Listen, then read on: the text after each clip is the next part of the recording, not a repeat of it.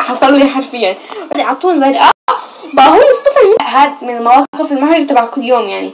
بس صراحة ماني متذكرت لك هلا موقف، بس اكيد صاير يعني اكيد. جايز كيفكم؟ اليوم رجعت لكم بفيديو جديد، وفيديو اليوم تقريبا كان لازم اعمله من اسبوعين بس انا تكاسلت وهيك فقلت لا انا رح اعمله هلا. فالفيديو اليوم انتو مثل ما شفتوا بالعنوان هو هذا الفيديو اللي انا عم اجل فيه، بس بعدين انا تخلص يعني حصوره نصوره. فبس قبل ما نبدا ما تنسوا تحطوا اللايك والشير والسبسكرايب. حط سبسكرايب، حط سبسكرايب يلا.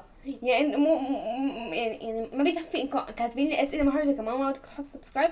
حط سبسكرايب.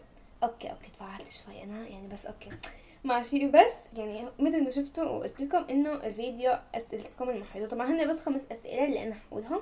بس اذا بدكم تسالوني اسئله عاديه ومحرجه يعني حتى لو كانت عاديه عادي ما حقول لا، اكتبوا لي على هذا الفيديو. بقى اذا لقيت اسئله كتير بعمل فيديو تاني بكون اطول من هذا، يعني كمان اسئله المتابعين واسئله يعني اسئله المتابعين واسئله محرجه. اوكي فبس هيك يلا نبدا. بس ايه صح، بدي اقول لكم شيء قبل ما نبدا انه انا بصف ثالث ورابع. اولا كنت رايحه جديد على مصر، ثانيا كنت متخلفه. اوكي يعني بس من نبدا الفيديو وما تنصدموا من كميه خليني ساكته ويلا بينا نبدا الفيديو. اول شيء انا عندي هذا الدفتر كاتبه فيه كل الاسئله. رح نبلش من العاديه، يعني العاديه ممكن محرجه لا او ماي جاد يعني. فيلا استنوا دقيقه.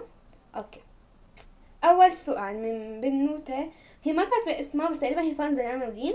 بس اوكي، كم عمرك ومن وين انتي؟ كم عمري 11 ونص، يعني هي سنة 12. ومن وين انا؟ من سوريا، ويعني عايشة هلا بسلطنة عمان. اوكي والله كيوت، اقسم بالله انا كيوت. يعني هيك الاسئلة مو مثل اسئلتكم الثانية. اوكي ثاني سؤال، هل مرة بقعت في مكان عام؟ هاد بدل سألته. بلا حبيبتي هاد من المواقف المحرجة تبع كل يوم يعني. بس صراحة ماني متذكرت لك هلا موقف، بس اكيد صاير يعني اكيد طبعا ايه. اوكي ثالث سؤال هاد من نسرين، اكثر موقف محرج في المدرسة. اكثر موقف محرج في المدرسة. اكثر موقف محرج صاير معي بالمدرسة اهو يعني ما في كتير مواقف محرجة، بس يعني قصدي لما بمصر يعني ما قلت لكم كنت صف رابع وخامس او هيك يعني شيء، بتحسوا بمصر اللي خلص بياخدوا تبع، طبعا مو كلهم بس هيك اللي بياخدوا تبع هيك اللي بيوقفوا على السبوره او هيك شيء بحسوا كتير متنمرين ومتكبرين. وخصوصا مثلا لما حدا يحكي، او والله في مره صار معي موقف ظلم. كنت يوميتها معي برد اوكي، فبس عم بطلب من رفيقتي منديل، اجت قالت لي قومي وقفي ومدري ايش. انا عن جد كثير تضايقت منها وكل الفصل. وكمان في موقف تاني محرج تبع مثلا يعني هون، طب خلص اذا الواحد جاب علامه مو حلوه يعني ما تقولوا مو ضروري كل الصف يسمع، يعني عادي اعطوه الورقه بقى هو يصطفل منها لإله يعني. او ماي جاد. فاخصوصا استاذ الرياضيات هي حاجه بيعمل، فكان هذا اكثر مواقف محرجه لي. رابع موقف هاد من لينا. او ماي جاد، لينا اختصرت على حالها وقالت اكثر موقف محرج ليكي. انا مو قلت لكم انه بصف ثالث ورابع كنت متخلفه؟ اجا هون بقى التخلف الرسمي، بقى الرسمي هو الخامس.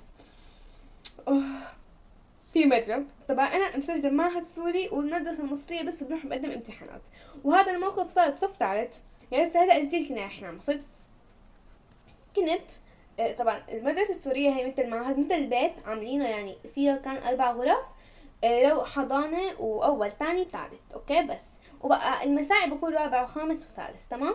فانا كنت بصف ثالث يعني كنت اخر مرحلة بالصباحي. فرحت وايش بقى وكان يعني هي هذا المعهد اجتماعي يعني اولاد وبنات تمام.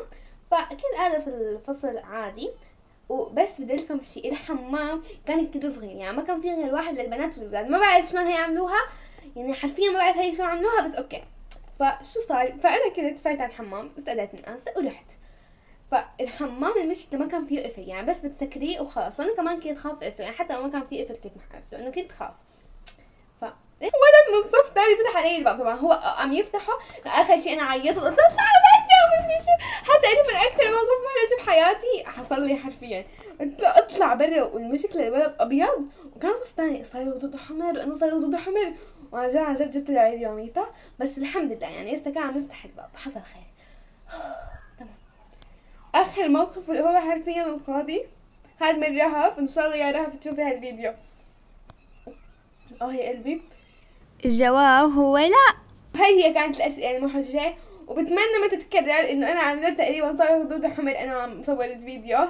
فبس هيك هذا كان فيديو اليوم، ان شاء الله يكون عجبكم، واذا عجبكم ما تنسوا تحطوا اللايك والشير والسبسكرايب وتفعلوا زر الجرس عشان يوصلوا كل جديد. وسؤال متبادل انا ما بعرف ليش عم اتكاسل فيه، بس رح نزله ان شاء الله عن قريب. وبس هيك، سلام.